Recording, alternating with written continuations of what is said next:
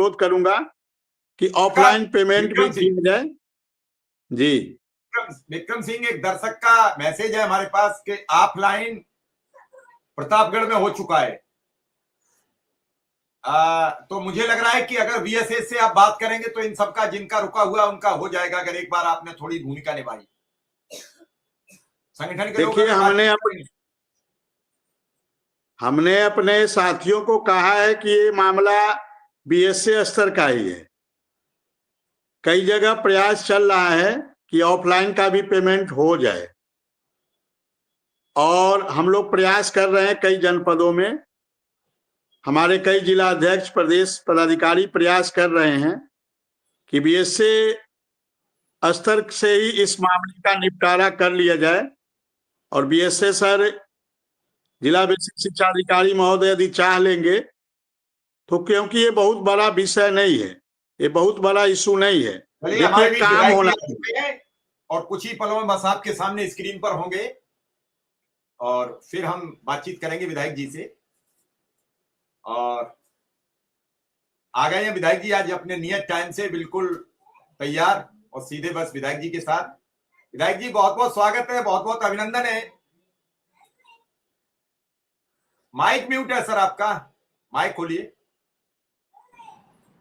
हाँ, नमस्कार सभी को। नमस्कार।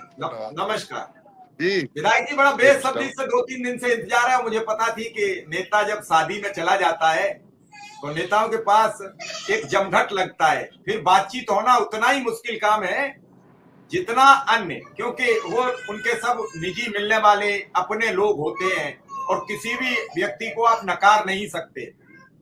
तो विधायक जी, बड़ी बेसब्री से इंतजार है अनुदेशक और शिक्षा मित्रों को। पहले तो सभी शिक्षा मित्र अनुदेशक आपको जीत की बधाई देते हैं और फिर उसी तरीके से आपसे सवाल भी करते हैं कि अंधे की आंखें कब मिलेंगी, यानी हमारा आदेश कब मिलेगा, हमारी रोजी रोटी कब व्यवस्था होगी। वही सवाल है, सीधा सीधा, और कोई नहीं है घुमा फिर के। विधायक जी, धन्यवाद मिश्रा जी और भाई विक्रम जी।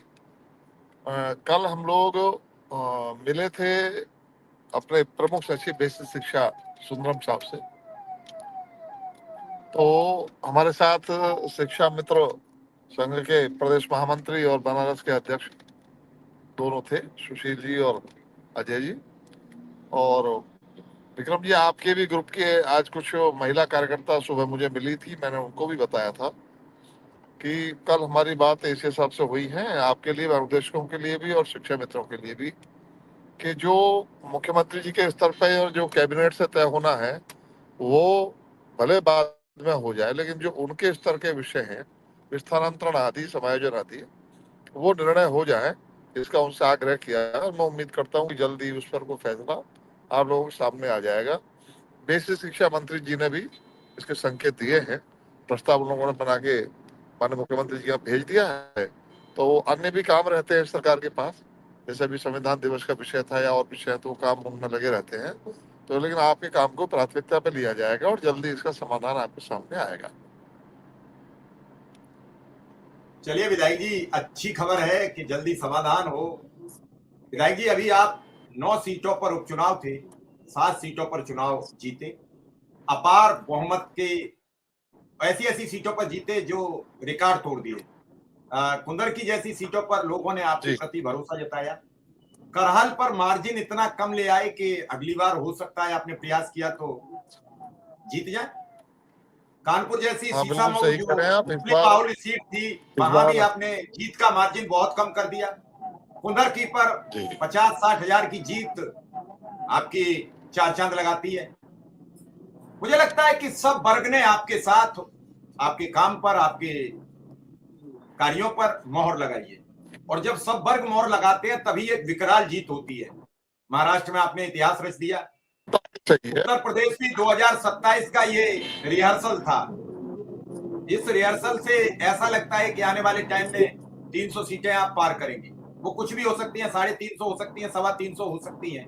ऐसे में अब अनुदेशक और शिक्षा मित्र की नैया मुख्यमंत्री जी को जल्दी ऐलान कर देना चाहिए, जब लोग अपार श्रद्धा से आपके साथ जुड़े। वो भी होगा, अवश्य होगा, जल्दी होगा। मिश्रा जी, पूरा देश मोदी जी के काम से खुश है, योगी जी के काम से प्रदेश खुश है। बीच में कुछ नैरेटिव जरूर ऐसा फैलाया गया था जिसमें लोग फंस गए, इसलिए लोकसभा में हालांकि ये बात सही है कि ये पहली बार हुआ है कि कोई सरकार तीसरी बार लगातार